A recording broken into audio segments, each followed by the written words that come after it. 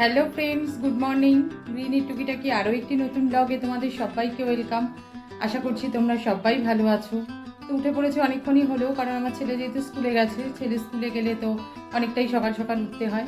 কিছুটা কাজকর্ম সামলে চলে এসেছি এবার এই ঘরে সোফার কভারটা চেঞ্জ করব। অনেক দিন হলো এই ঘরে সোফার কভারটা চেঞ্জ করা হয় না। আর আজকে যেহেতু বৃহস্পতিবার, সেই জন্য একটা আলাদাই ব্যস্ততা রয়েছে। কারণ বৃহস্পতিবার দিনটায় মনে হয় যেন সময়টা কোথার থেকে কেটে যাচ্ছে কিছু বুঝতেই পারি না। আর তারপরে পুজো করতে এতক্ষণ সময় লাগে। আর এখন যেহেতু শীতকালের এই ছোটোবেলার সাথে তো বৃহস্পতিবার দিনটা কিছুতেই ফুল করে ওঠা যায় না। মনে হয় যতই হাত চালিয়ে কাজ করছি না কেন, ততই সময় কম পড়ে যাচ্ছে। তো সেই জন্য চেষ্টা করছি যতটা ঝটপট কাজটা, মানে রান্না বান্না কাজকর্ম সমস্ত কিছু সামলে স্নান করে পুজোতে বসা যায়। পুজোটা হয়ে গেলে নিশ্চিন্ত। তো সেই জন্য চলো তাহলে আর সময় নষ্ট না করে ঝটপট এই ঘরে সোফার কভারটা চেঞ্জ করে নিয়ে তারপরে বাকি কাজ।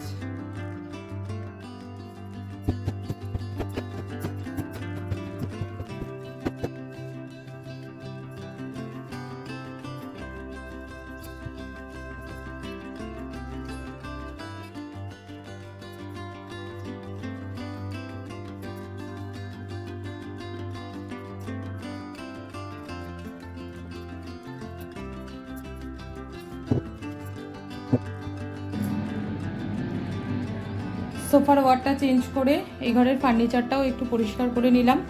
কারণ এই শীতকালটাতে এত ধুলো হয় না ফার্নিচারগুলোতে, মানে সে বলার মতন না। তো এবারে যাব হচ্ছে ওপরে, জামা কাপড় মেলবো, বিছানা তুলবো, তারপরে নিচে এসে রান্নাঘরে ঢুকবো জলখাবার বানানোর জন্য।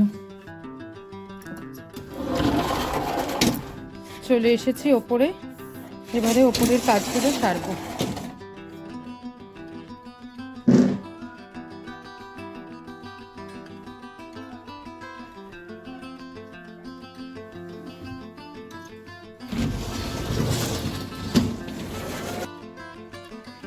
ওপরে এসে আমার আর একটা ডিউটি হচ্ছে এই লেবু গাছটায় প্রত্যেক দিন জল দেওয়া। এখন এই টানের সময় না এত শুকিয়ে যাচ্ছে গোড়া, প্রত্যেক দিন জল দিয়ে যাচ্ছি। আবার প্রত্যেক দিন এসে দেখছি গোড়া একদম পুরো শুকনো খটখট করছে। তার সাথে এই অ্যাডেনিয়ামটাও তাই।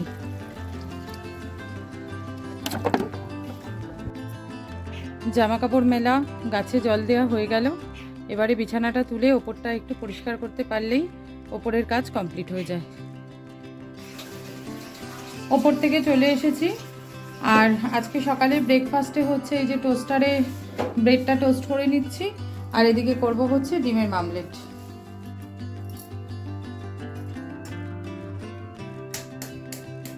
আমাদের দুজনের জন্য 3টে ডিমের মামলেট করব। আজকে বৃহস্পতিবার বলেই এই ব্যবস্থা, কারণ রুটি তরকারি করতে গেলে অনেকটা সময় লাগবে, আর এটা ঝটপট হয়ে যাবে এই জলখাবারটা।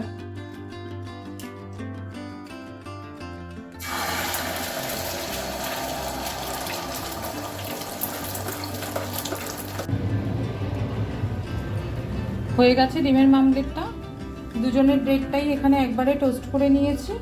এবারে জলখাবারটা খেয়ে নেব। জলখাবারটা খেয়ে দুপুরবেলা রান্নার জোগাড়টাও শুরু করে দিয়েছি।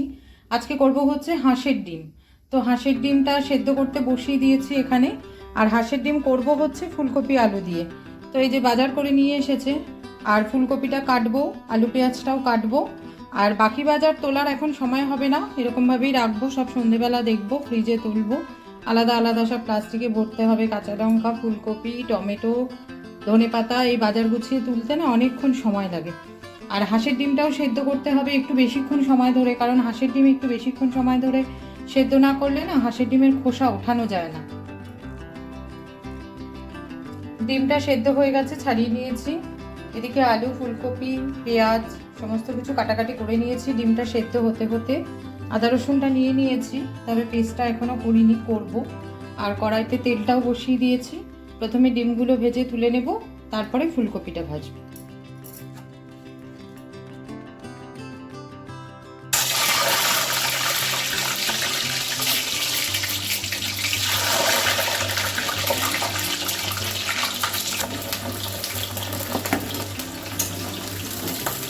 আলুটা ভেজে তুলে নিয়ে এবার ওই তেলের মধ্যেই ফুলকপিগুলোকে ভালো করে ভাজা করে নেব।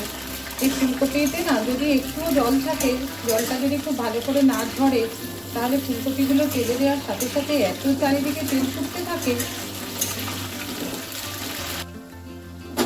ফুলকপিটা ভেজে তুলে নিয়ে একটু জিরে ফোড়ন দিয়ে দিয়েছিলাম হচ্ছে আলুগুলো ভাজা ভাজা করে তার মধ্যে দিয়ে দিয়েছিলাম পেঁয়াজ আর টমেটোটা ভালোভাবে ভাজা হয়ে গেছে। এবারে দিয়ে দিলাম হচ্ছে আদা রসুন আর লঙ্কার গুঁড়ো দিয়ে যে পেস্টটা বানিয়ে রেখেছিলাম সেটা।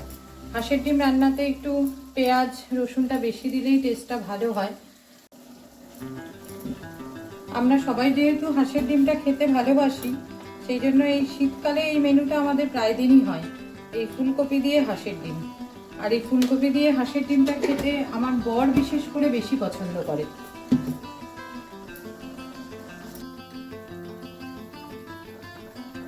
ডিমের ঝোলটা ফুটে উঠেছে, ভেজে রাখা ডিম আর ফুলকপিগুলো দিয়ে দিচ্ছি।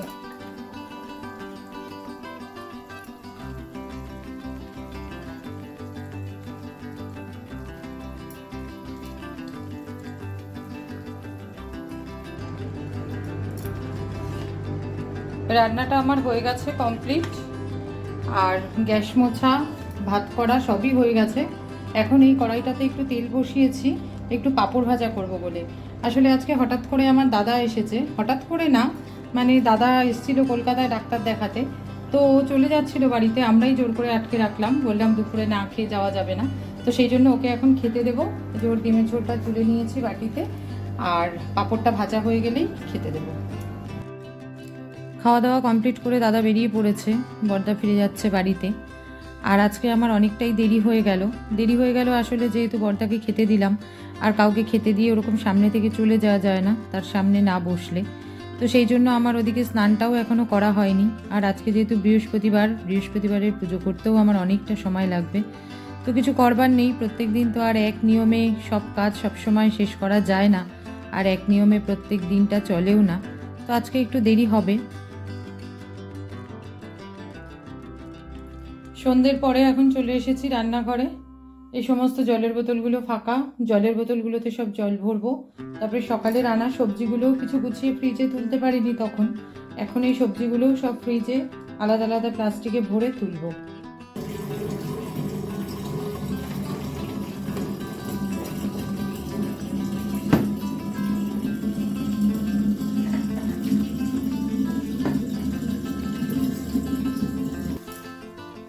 হয়ে গেছে জলটা ভরা, এবারে এই সবজিগুলোকে তুলব।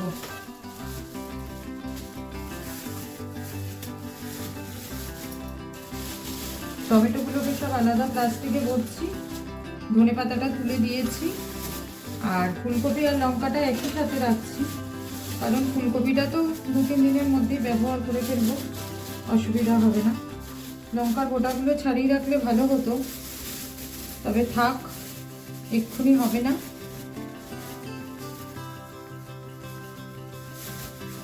চলে এসেছি রান্নাঘরে রাতের খাবারটা দেবো বলে, আর সেই জন্য পাঁপড়টা ভেজে নিচ্ছি। পাঁপড়টা ভাজার সাথে সাথে আমার আজকের ব্লগটা আমি এখানেই শেষ করছি। আমার ব্লগটা যদি তোমাদের ভালো লেগে থাকে তো ব্লগটাতে একটা লাইক করে দিও, আর কমেন্ট করে অবশ্যই জানিও আমার ব্লগগুলো তোমাদের দেখতে কেমন লাগছে।